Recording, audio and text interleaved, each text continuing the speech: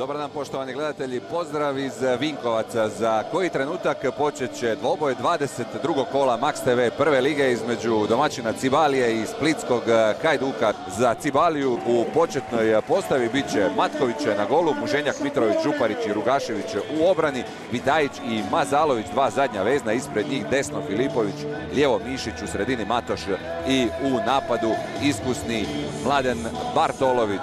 Hajduk, kao što smo već spomenuli, ima velikih problema, čak 9 igrača nema na raspolaganju. Mišo Krstičević klupe, Blažević na golu, Oremuš, Nižić, Milić i Stojanović u obrani, u sredini terena Lima i Plazonić, dva zadnja vezna, Vršajević, Vuković i Caktaš ispred njih, naprijed sa brojem 9 bivši napadač Osijeka Anton Maglica.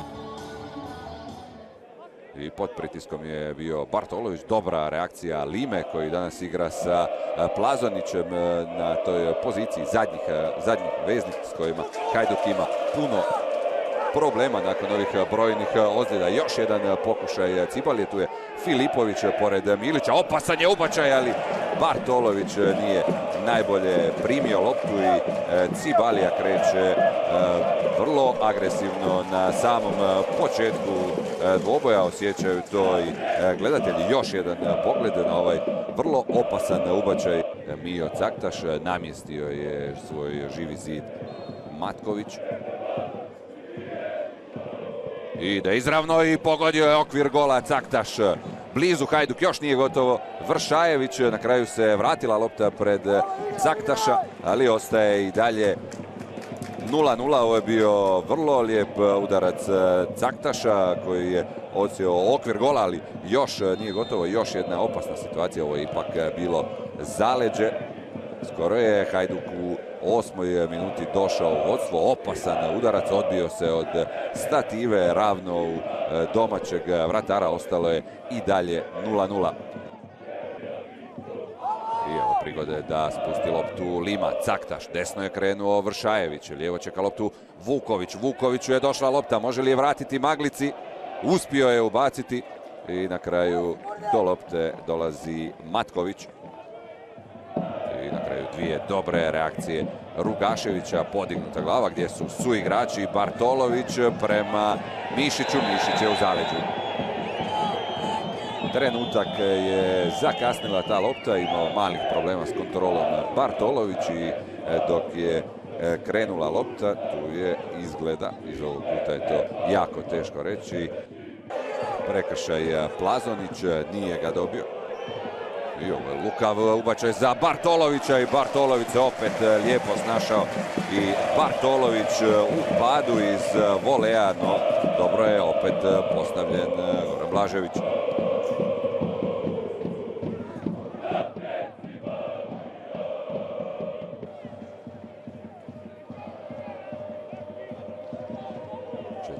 Petorica plavih u kaznenom prostoru, ali Maglica je bio najviši. Bartolović ima novu priliku, ide izravno prema golu i Oremuš je taj koji je, čini se, posljednji igrao loptom. Cibalija ima novi treći korner. Plazonić. Dobro zamišljeno, ubacio se Vršajević. Evo prilike za Hajduk koju Vršajević nije uspio iskoristiti. Netko je, čini mi se, dirao taj pas Plazonića i usporio loptu za Vršajevića koji puca pored gola.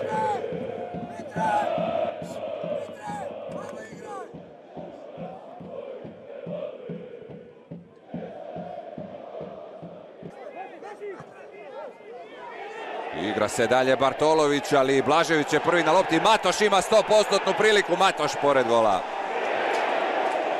Matoš propušta u 22. minuti najveću do sad priliku za Cibaliju. Nakon ubačaja tu nije bilo zaleđa, pokazali su suci, krenuo je na tu loptu Bartolović, odlično reagirao Blažević, ali lopta pala ravno pred Matoša. Nakon onog žestokog početka, evo nove prilike za Bartolovića koji je pao u kaznenom prostoru, blizu, iza njih bio je Strahonja, pustio da se igra dalje. Ovo ćemo sasvim sigurno vidjeti još koji put. Minuta igre, još jedan pogled, povlačenja je bilo, čini mi se, sa obje strane.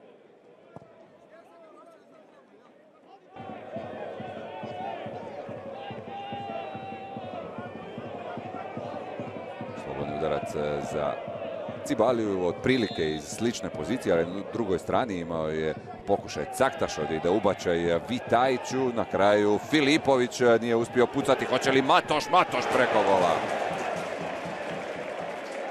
Još jedna lijepa prilika za Marina Matoša, sa ruba kaznenog prostora, opalio svom snagom nakon ove gužve. Matoš, ovo nije bilo tako daleko.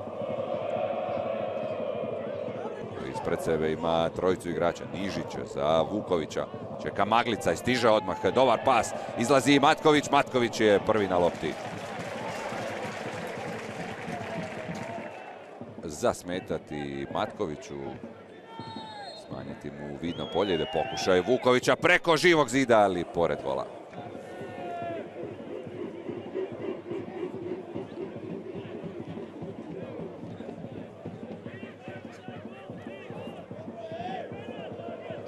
Bio je tu blizu Matković, zadnjeg igrača, na trenutak Lima. Vuković se vratio u igru, pa ćemo vidjeti što će biti s tom izmjenom koju je želio napraviti Krstičević. Vuković odmah prema Maglici i Maglica zabija za vodstvo. Hajduk vodi od 37. minute s goditkom Antona Maglice nakon prvog dodira Vukovića. 8 minuta prije kraja prvog poluvremena. Prvi dodir Vukovića nakon što se vratio u igru, odmah je bio ovaj pas za Maglicu. Zakasnio tu Matković, nije mogao više stići do Maglice i Hajduk je pred kraj prvog poluvremena poveo 1-0. Lukava lopta Vukovića i mirno rješenje Maglice.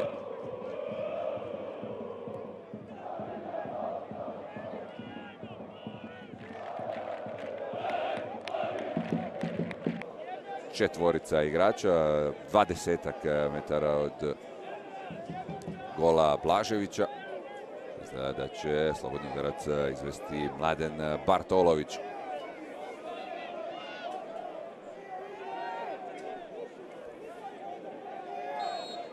Sve je spremno, ide Bartolović prebacivati. Prebacio je živi zid, ali i poslao loptu pored gola. 5 minuta do kraja prvog poluvremena, stoji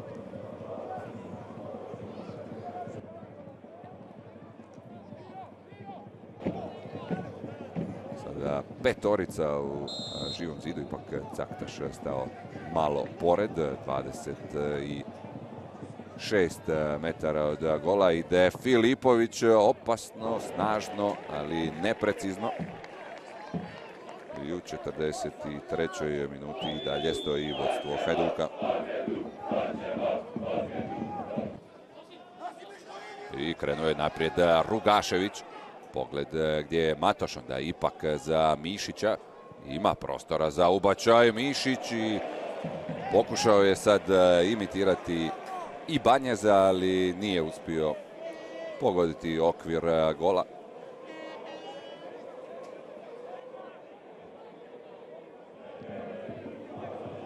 I došlo je do Vukovića, krenuo je i Maglica, čeka ga Vuković, nema zaleđa, velika prilika za Maglicu i Maglica to opet mirno rješava. Maglica dovodi Hajduk u 51.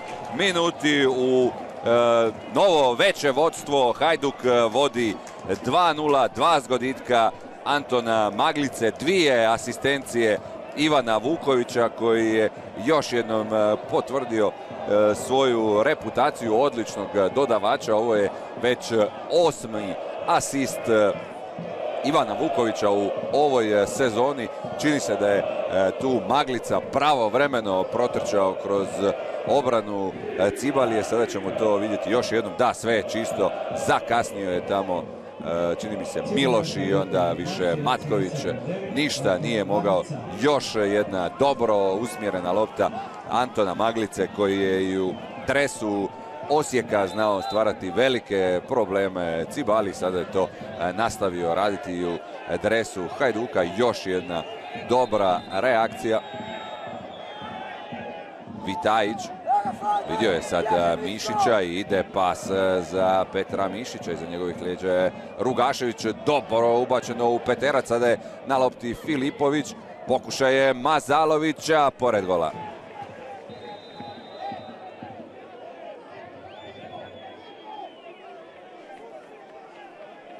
U međuvremenu je netko i požutio.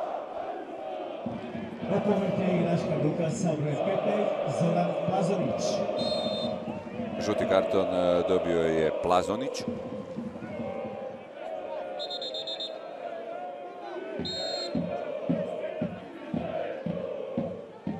I dobar pokušaj Lime pored gola.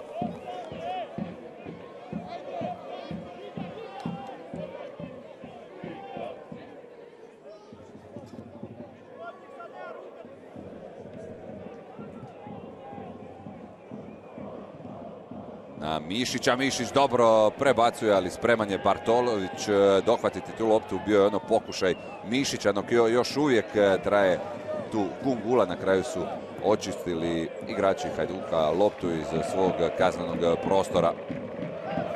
Caktaš dobija priliku ubaciti u kazneni prostor. Tu je odmah stigla ova visoka regimenta Hajduka. Tu su Milić, Nižić i Maglica uz Ivana Vukovića koji čekaju ubačaju u kazneni prostor. Ide Caktaš prema golu i na kraju Matković uspijeva spasiti. Ovo je još jedan opasan pokušaj Caktaša.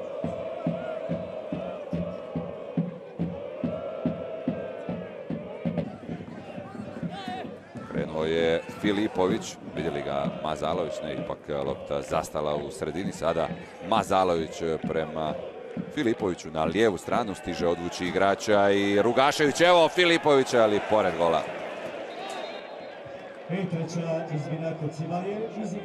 Kuasi prebačeno Vršajeviću. Pokušat će i Vršajević, ovo zna biti nezgodno na ovako teškim terenima, zna lopta vrlo nezgodno odskočiti, ali lijepo se snašao Rugašević. Filipović.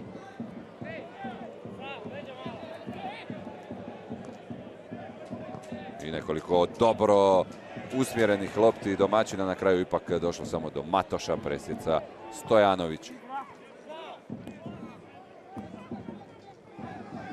Odlično se zagradio Filipović. Može li ovo iskoristiti domaći sastav? Kome, pita se Filipović. Jer nisu na vrijeme stizali njegovi su igrači. Matoš za Mišića. I našao je prostor za udarac Mišića, ali preko gola.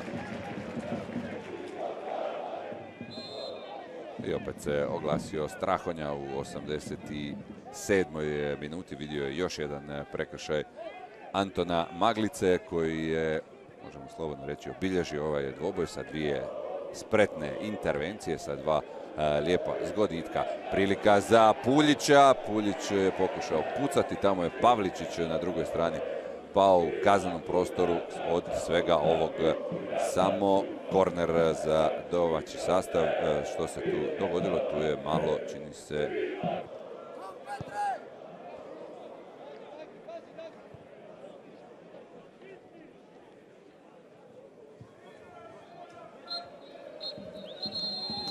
i evo na kraju posljednjeg zvižduka Marija Strahonje u ovoj utakmici.